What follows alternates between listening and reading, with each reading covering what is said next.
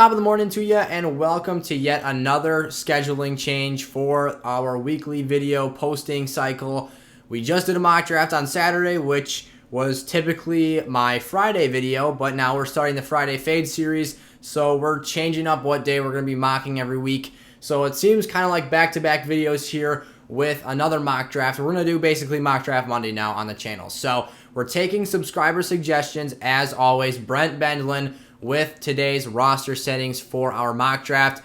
10 teams with a super flex setting, obviously that being with 2 quarterbacks being able to be inserted into that starting lineup. I think we've got 3 wide receivers in here as well, only 1 flex, and we're adding in kickers, which we usually don't have. So again, if you're new around here and you want to have your league settings reflected and featured in one of my up-and-coming draft videos, next week's video for Mock Draft Monday is wide open. So all you got to do is go down in the comment section, let me know what you'd like to see me do, and we'll get that happening for you. So thanks so much for tuning into today's video. Let's hit the intro and get right in to our first episode, technically, of Mock Draft Monday.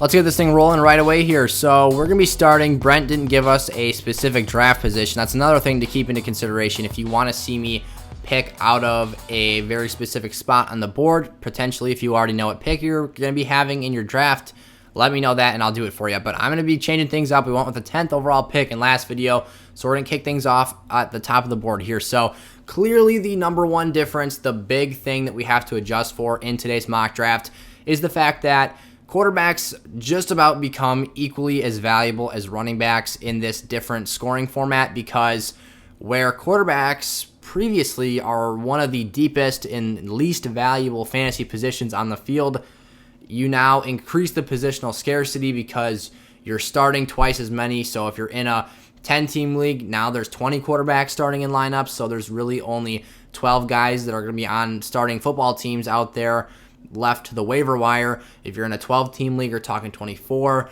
And in an extreme situation, if you're in a 14-team league or a 16-team league, we're looking at 28 or 32, literally every single one of the league starting quarterbacks being out there and playing. So it becomes very significant here, and the positional scarcity gets ramped up massively for the quarterback spot when we do this scoring format. So basically, the adjustment, again, is that I'm going to have to value quarterbacks a lot more, and this is actually the first first super flex mock draft that I've done here on the channel. So with the top of the board here, I might start things off here doing something that I haven't typically done, and I still think it's equally important to take running backs. Those are going to be the 2 really important positions to get a hold of, is going to be quarterback and running back in these types of leagues.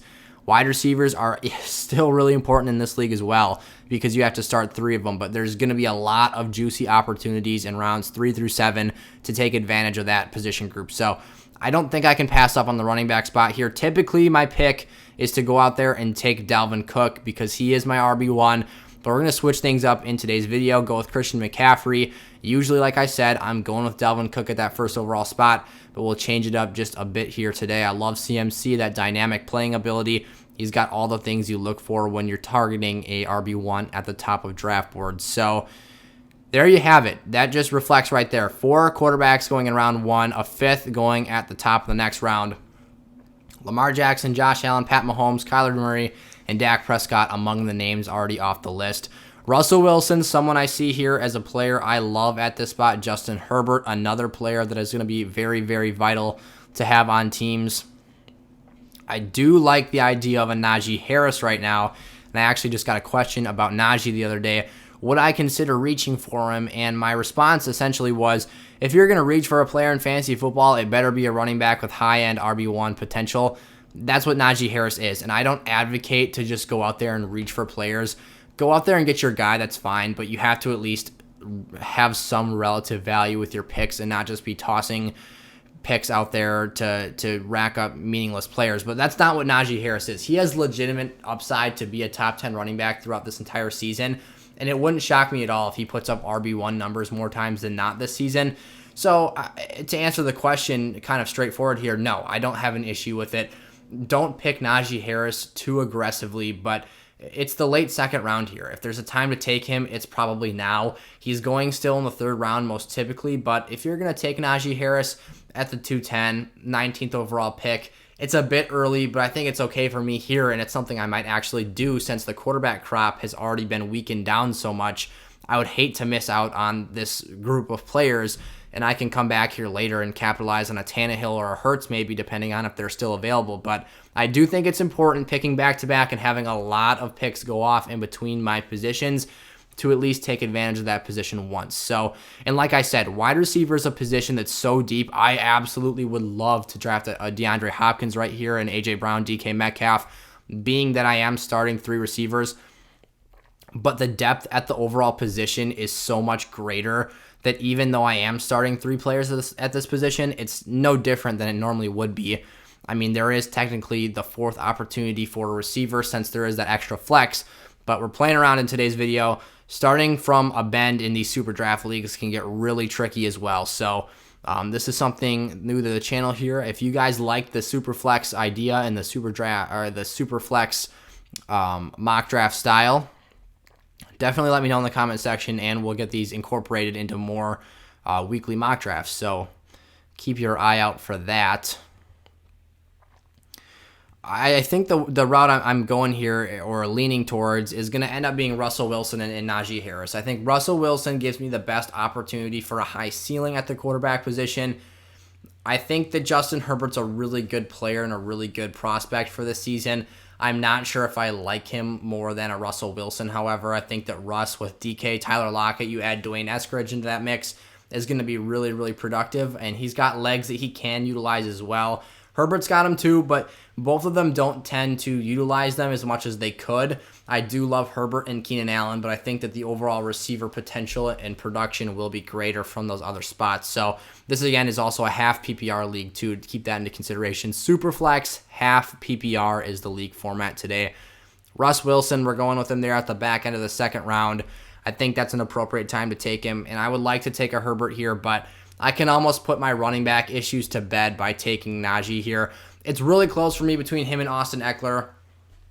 If this is full PPR, I might take Eckler first, but I think Najee can grasp a hold of all of the target share and the volume on the goal line in this offense. So not only be just a bruising back, but people don't understand or bring to light how good he is as a pass catcher as well, and the things he did at Alabama will translate very, very nicely. So I think Najee's going to be my pick here. I like this one a lot. So we've essentially locked down our top 2 RB spots, Christian McCaffrey, Najee Harris. I think it's a really good pairing. I could have put McCaffrey and Mini McCaffrey is what I like to call Austin Eckler here on the channel. I could have put those 2 together, but for obviously what I've been talking about for the last 3 minutes here, I think in this situation, I'm just going to diversify my picks here, try and change things up every video. There's certainly going to be people out there who would much rather have Austin Eckler. I don't fault you for that. I think that it comes down to personal preference and personal opinion. And like I said, depending on the league, depending on the day, I'm going to go one direction or the other. But based off of how I'm looking to construct this team, I think that Najee Harris was in my better interest here. So we need another quarterback. We do have some nice running back options available. Running backs will fall a little bit later just because the quarterback positions are being pushed up the board. And surprisingly, the only ones that came off the board was Aaron Rodgers and Justin Herbert in between my next pick. So that's something a bit surprising to me there. It's probably a good time to capitalize on at least one wide receiver between having Keenan Allen and Terry McLaurin on the board. Those are players I think I like a lot. I would go Keenan Allen over McLaurin because I think that the floor is safer and he's going to get ridiculous volume. It would have been nice if I would have picked up him and Herbert and had the stack, but that's not ultimately what it comes down to here. Joe Mixon might be another player where you've got your running backs here that have fallen. David Montgomery, a player I like a lot as well. I think we'll go snatch up one of them here. Mark Andrews, I think it's a bit too early for him at this particular spot. Did Kyle Pitts go out? Kyle Pitts went before Darren Waller. That's too high. Every once in a while, you'll see in these mock drafts, regardless of the scoring format, regardless if you're picking with real players or with the ADP values on Sleeper Fantasy right here, you'll see that people are taking Kyle Pitts way too early. Something to note quick is I'm considering doing a subscriber mock draft very soon here, and the details will be coming out for that. Well, I'm not really considering it. We are doing it. We're going to be doing a lot of them throughout the rest of the season. So If you want to get joined up into that, make sure to head into the link of this video, or excuse me, the description of this video, and there's a link to the free SFS community Discord, which is a event we have going on right now. So if you want to join that up, be able to have first come, first serve access to that invite link to the Sleeper Fantasy SFS community mock drafts, make sure you go over and do that. It comes at no price right now. You're able to just hop in that for free and go in there and chat about all things fantasy football whenever you please. So Eric and I check that about 2 or 3 times a day, and we make sure that questions are answered as soon as we can and get a hold of those. So that's something good to take advantage of here. All right, so we've got to make a decision. We've let about half the clock wind down. In retrospect here, it probably would have been nice to take advantage of a different position group. Maybe I could have got one of those top-end wide receivers, knowing that only 2 quarterbacks were going to go off the board between my next pick. That's something I didn't expect here. I thought for sure we'd see at least a couple more names. Maybe a Jalen Hurts might have went off the board. It's a bit surprising to me that a Tom Brady hasn't went yet, considering this is a redraft league. So I could go out here with the stack and put Joe Mixon in the flex, but I think that I'm going to be best off taking Keenan Allen here, making sure I lock up one of those 3 wide receiver roles. He's absolutely a player that's going to play a wide receiver 1 role on this roster, and I'm really thinking about going right back in for Terry McLaurin. I think pairing a Keenan Allen, who's a really nice safe floor option as the wide receiver 1 for this team, and then putting a McLaurin who's got Fitzpatrick throwing him the ball, he's going to have ridiculously high highs, and he might have a few ugly games with some pretty depressing lows. But Terry's ceiling is definitely a great thing to have on your fantasy teams this year, because when Fitzmagic is on, there's nothing standing in his way, and it's just going to be a nightmare for other teams. So I'll pass on a player like a Joe Mixon here. We've got to fill 3 wide receiver spots in this lineup at some point. I'm not too concerned. I talked about this in my last mock draft. Don't just go through things and pick players just to fill spots out on your board. Pick the best player available, the player that has the best upside matched with the value at that particular draft spot. There's so many different ways, as long as you're able to pivot and change your draft strategy depending on how the board plays. I mean, looking back, I already would have approached this differently, but I'm still feeling like I'm in a good spot because there's still options that are allowing me to fulfill my team's upside and find options at other spots on the board here. So again, Mark Andrews, not someone I'm overly concerned about taking here. Maybe we fade the tight end position and take them later on in this draft. Quarterback, again, not something I'm too keen on drafting at this spot. I could take a Jalen Hurts and make that a really nice pairing here. His ADP is 38, and this pick technically would be, the 41st pick. So just a little bit later, and I think for a player that, Jalen Hurts has the legs working for him. He's got Devonta Smith now. But what I've got circled here is I'm kind of hoping that a Ryan Tannehill falls to me at this spot. Maybe I can even snatch up a Tom Brady if too many quarterbacks don't come off the board here. So I think I will pair that receiver combo up, the high ceiling of Terry McLaurin, and add in that nice floor value of Keenan Allen, and see if we can't just get something rolling here. So it's looking good based off of the way I chose to attack that, unless we have a major quarterback run here and miss out on a bunch of guys. So hopefully that's not the case. See, we lost out on Jalen Hurts, who ended up falling quite a bit farther. So now here with pick number 60 overall, we're going to have the option of taking Tom Brady or Ryan Tannehill, which are fantastic choices to have here at the spot. So, and then again, a TJ Hawkinson fell to us, a player who's going to see a ton of volume, a ton of work in this offense next year. I'm really liking how this team is coming together when you consider the fact that we have those type of options, and I think these are highly valuable quarterback players at this spot. We've got ourselves 2 wide receiver 1s and 2 running backs I feel great about. So the way and the balance that this overall roster is turning out to have is really making me happy, because, like I said, the fact that I decided to fade a Mark Andrews earlier, and it just so happens that TJ Hawkinson falls back to the spot, gives us a ton of positional advantage, because we're still getting one of the best players at the tight end spot, a top 5 tight end in my opinion this season, much later than I would have expected to get a player of this caliber. And just a pick ago, or a set of picks ago, I was talking about fading the tight end position completely till the end of the board. So a lot of stuff is going our way here, and the receiver crop is fantastic still. We're talking about players like Devonta Smith, T. Higgins, Jerry Jeudy's a breakout this year, Robbie Anderson's a deep sleeper that we can slap into that number 3 receiver role. Brandon Cooks is a player who, for a bad team, he's going to have a lot of opportunity to catch passes. So we've got a lot going for us. I think that right here I'm going to go out and snatch up Tom Brady, who was supposed to go based off of ADP, and this is not something you live or die by, but it's something to heavily factor into the decision-making process, is that, I think Matt Stafford's being a bit overvalued here, just something to touch on. When we're looking at a 2-quarterback league here with the super flex style, having Russell Wilson in that first QB spot, having Tom Brady here in the second QB spot, and looking at what's around us on the board, I think it pays off very well. A player that was supposed to go right around the 50th overall draft spot, we're getting him about 10 picks later at the 60th overall draft spot.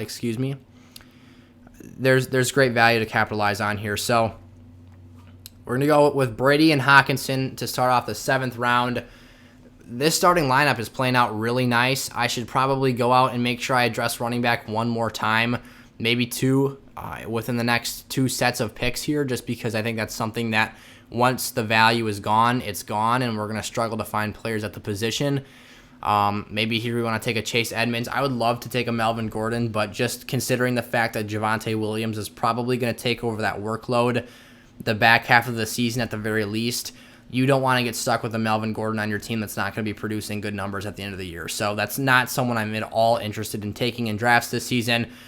Chase Edmonds is in a similar boat where I think that James Conner is going to eat into his workload. He's going to eat into his overall production value. But when we're potentially going to be starting 4 wide receivers on this team, it gives us the option, at least, to only roll out those top 2 running backs we drafted and then have Chase Edmonds in there as a reserve player. So maybe we don't even use him as a full-time starter. Ronald Jones is still available, Trey Sermon, Michael Carter.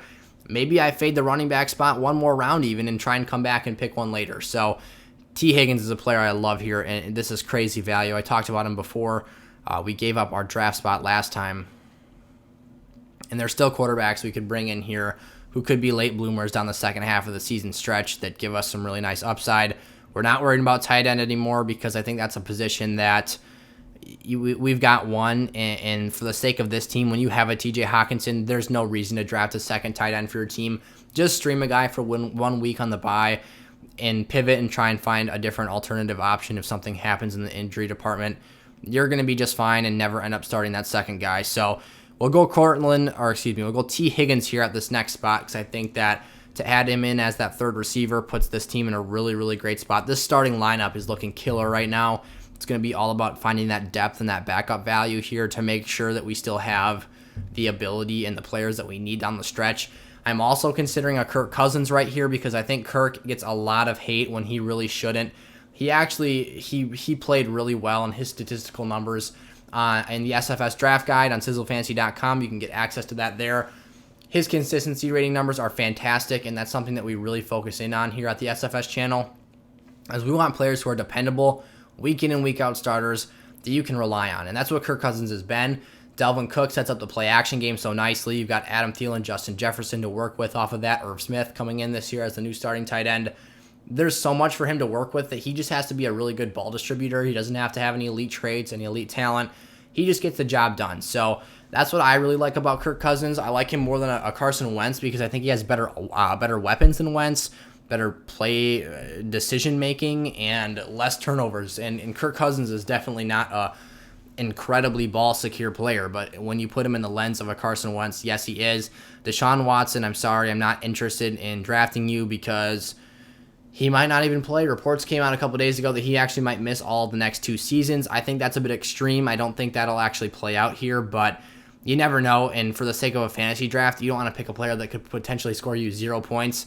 Even if it is the 9th round, especially in a 10-team league, this is still an incredibly valuable pick, so we can't overlook stuff like this, and he should honestly be falling until the last couple rounds of your drafts. And we won't know until we get an official ruling, an official decision from the team or from the courthouse or whatever is going to be the final say in this, where we should be picking Deshaun Watson. It's such a crapshoot until this point in time because we don't know. He could play, he might not.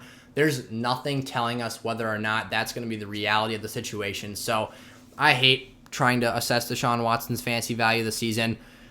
If it were me, I'm just going to stick to grading Tyrod Taylor out as the starting quarterback for this team and Davis Mills as the backup, and just assuming that D-Watt isn't there, because I think the rest of the stuff makes this situation too murky, and it's just a fantasy nightmare. So don't get me started on trying to draft him, even in a super draft or a super flex league. I keep saying that. I'm meshing together super flex and mock draft, and it's throwing me for a loop here. Justin Fields is going ahead of those two guys as well.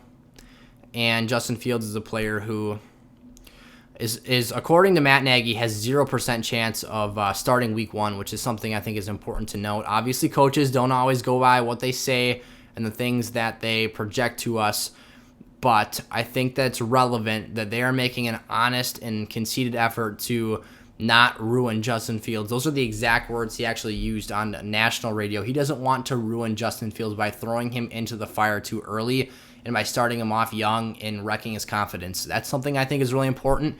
And if I'm a dynasty owner, it might suck to not be able to take advantage of him right away. But the fact that you're saving and protecting his overall long-term upside, I think, is something that's really cool, and I respect that out of them. As a Packer fan, that's what we've always done with our quarterbacks. I keep my Packers fandom aside for fantasy football purposes, obviously, but I can respect when a team, there's a lot of pressure from the media, a lot of pressure from outside bubbles to start those first-round pick quarterbacks early. But if you can nurture them, get them the development time they need, put the proper pieces around them, and not just hoist them out there and make them lay it all on the line, get injured, lose confidence. Look at Sam Darnold for the Jets. Immensely talented, has all of the different traits you look for in a franchise QB, but the situation was so awful that there was literally nothing available for him to help him succeed. And you talk about a team that gets rid of his best receiving target in Robbie Anderson, and they're a defensive coach team when he really needed an offensive coordinator or someone with strong play calling capabilities, and they bring in Adam Gase to be that guy, but let me tell you, he wasn't. He's not. And the players will tell you that too. They did not like Adam Gase there. So a lot of stuff to take into consideration. We're going to go Kirk Cousins here, though. It seems like a bit of a reach, but I think in the overall scheme of things, super flex. We need 2 quarterbacks in our starting lineup at all times. Kirk is one of the best reserve QB options, and redraft leagues in standard 1 quarterback, 2 receiver, 2 flex, or 2 receiver, 2 running back, 1 flex, defense kicker. I love taking Kirk Cousins as my top quarterback and fading the quarterback position until late where I can get him, because he gives me good enough numbers to get what I'm looking for. And again, you're talking about the 3rd quarterback on this roster. It just opens the rest of the book up here, and now I'm not too concerned about drafting a QB for the rest of this thing. So I'm pulling the trigger immediately here. I've got back-to-back picks. I might go Trey Sermon and Michael Carter as some high upside rookie draft picks here. I still see names I like at the receiver position, where like a Russell Gage and Elijah Moore, we'll get to those players in a second because they're most likely going to be around on the board here. But Trey Sermon, Michael Carter as my 10th and 11th round pick at the running back position. And somehow I totally beefed that and missed Michael Carter, and I drafted Kenyon Drake on accident. We're going to pause that up real quick. Remove him out of there, and Michael Carter, thankfully, is still there for us. The Sleeper Fantasy app likes to think that these rookie players are being undervalued, but look at the rest of the running back crop. None of those players have the potential or the capability of starting games. These are guys who I think could be league winners when we look at this from the end of the season perspective.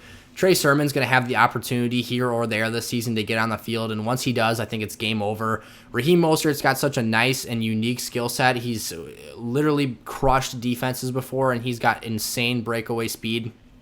But his lower body injuries really got him last season, and he has been injured frequently throughout his career, and people don't think of him as this, but he's dang near 30 years old, and that's kind of the shelf life for running back. He's got low miles in the legs, but still. And then you talk about Michael Carter, who I think less than a month into the season could be the starter for the Jets. You're talking about getting a hold of a 3rd and a 4th running back, which made it ultra important for this team in particular to get a hold of more running back pieces, because I just needed to fill out more depth there and have more availability on my bench. It makes it all worth the while, because at this spot now, I already have my third quarterback. Maybe it's nice to take a Trey Lance or a Zach Wilson. Maybe even a Ryan Fitzpatrick is a really nice, sneaky player here. But I think I've already addressed this position good enough to this point in the draft where taking those two rookies, they've got that upside, fresh legs. They've got skill sets and capabilities to make things happen. So I like the way that pick turned out there. Now it's time to probably look at receiver again, or at least a couple more times. I'm not overly enthused with any of these players. We still see that these rookies I liked earlier on are still there. But it looks like Elijah Moore and Henry Ruggs, not someone I love in particular, but Russell Gage. If you want to talk about going even farther down the list, I'm looking for some names here. John Brown's a really nice sleeper for the Las Vegas Raiders that I think potentially he might be the one for that team if they can't find Henry Ruggs to be able to run routes this season. This is a tough decision here. I might go Michael Gallup. I like a Darnell Mooney too. Not a huge Devontae Parker fan, but some options here nonetheless that I could take advantage of. Antonio Brown is a nice player, but I think his upside is limited. He might be a safe floor play. He'll score some touchdowns, get some looks from Tom Brady, but when you've got Mike Evans and Chris Godwin there, I'm not overly enthusiastic or overly excited about drafting him here. I think Michael Gallup too is a player that he might be more of a boom-bust player, but I think his ceiling is still higher than AB's, which makes me want to draft him more. Corey Davis is a very underrated player who could be the step up for the Jets and be their number one option this year. I mean, we've already got Keenan, McLaurin, and T. Higgins, but we've got to start, we actually have to start 3 wide receivers, and if we don't want to start Trey Sermon right away, we're probably going to have to address this position. So I think I'm going to take Corey Davis here. Really underrated for the Titans. Found a lot of separation last year and put up some pretty nice numbers. Marvin Jones might be nice for the Jags. He's the most veteran presence in that room. But if I'm being entirely honest here, I think I like Michael Gallup the next best here, even over an AB. And it's the same situation before. I don't think the ceiling is that great with Antonio Brown. He's not the same player that we saw him once be. And while I think that he might find the end zone, he might have some decent 6, 8, 9 catch games, I'd be surprised to see him crack double digits. I just don't think that we'll ever get back to those premier numbers we saw. This spot here, I love going receiver again. Let's see the quarterbacks available on the board. Still Trey Lance, Zach Wilson, Ryan Fitzpatrick. They probably won't be there when we come back to this spot later on, but the running back crew is really thin, so I'm glad we took advantage of that and polished off that with 4 really nice pieces. I could double dip into this Jets offense and take an Elijah Moore. Maybe Corey Davis doesn't turn out to be the guy, so I want to take another dart throw here and see if Elijah Moore can be that, because all reports say that in camp he's been phenomenal and unguardable. So that could be something really interesting to invest into here. Not a big T.Y. Hilton guy, but Russell Gage is a player that with the Falcons this season, if you pace out the games and the targets he saw last year with Julio Jones off the field, Russell Gage was on pace for over 100 targets. He was putting up some pretty solid numbers. Didn't find the end zone as much as you'd like to see, but he could certainly take that next step forward. He's going into his age 25 season, so there's a lot of stuff to like about him here. I'm actually going to double dip with those 2 players and fill out this wide receiver core. We're going to get one of these picks right, I guarantee it. And so just having more dart throws here in these longer drafts, we're doing 17 rounds today because we've got to pretty much take defense and kicker with these next 2 picks, is going to give us the opportunity to do that. So if we want to we'll take a deep dive back into this team after this is over here, but they all went kickers, so I'm going to turn around and take the best defense available. We're going to go with Washington, and then, I guess it wouldn't matter anyways because they all took kickers. No one took defense at the end here, and then I have a back-to-back pick, so I can just take the next best kicker, who, in my opinion, if you want some kicker advice here, Matt Prater's got one heck of a leg. Kicking indoors, he might be pretty good, but he's getting up there in age. We'll go with Will Lutz here for the Saints. He's been solid and always dependable for the past couple seasons now. So I'm glad to see that we haven't seen the Titans defense go off the board yet. That's a relief. They've been going way too early in some of my other mock drafts, but there you go. So that was my first ever Super Flex mock draft here on the SFS channel. I actually really enjoyed it. I think we'll certainly do another one of these in the future. Let me know in the comment section down below what you thought about my draft, my strategy, how I approach things here. And these aren't something that I do typically, so I would say that more traditional leagues are definitely my specialty here, and that is what I cater my content to. But I love to dive into this stuff because I think that these are super fun when we add an extra spin on things and get a little bit wild with these league settings.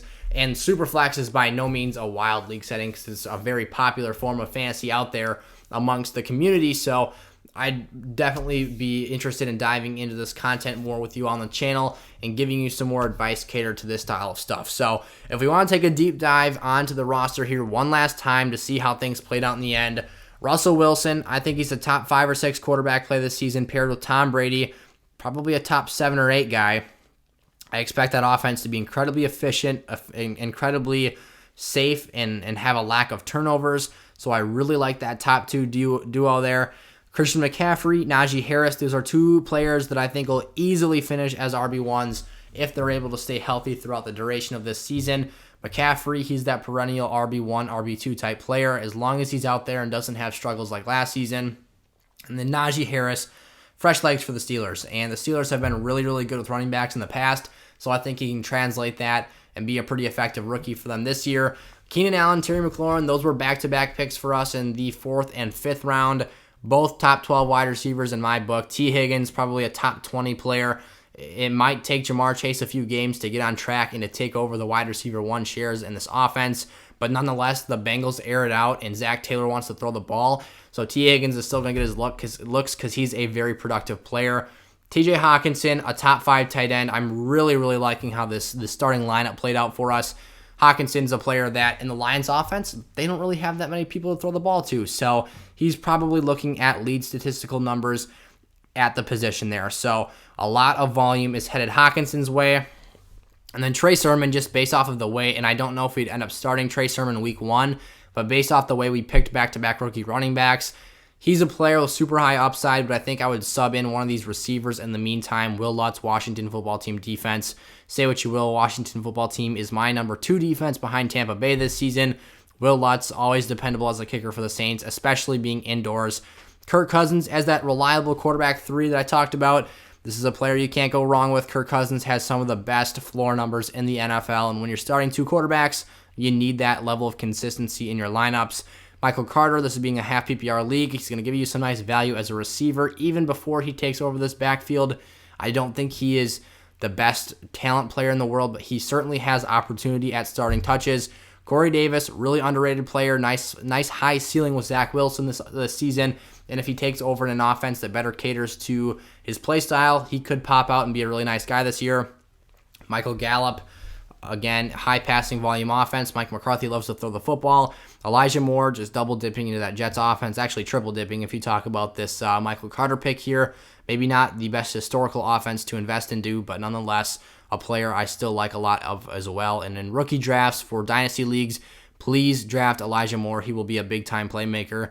And then to end things off, Russell Gage for the Atlanta Falcons, who is going to see a lot more volume with Julio Jones no longer in town, regardless of what Kyle Pitts does. So that was today's mock draft. Thank you so much for tuning into today's video. If you want to get my official SFS rankings for the 2021 season, you can head over to sizzlefantasy.com. Buying access to SFS Gold is going to give you access to just those straight up rankings and give you our big board list as well as our positional rankings.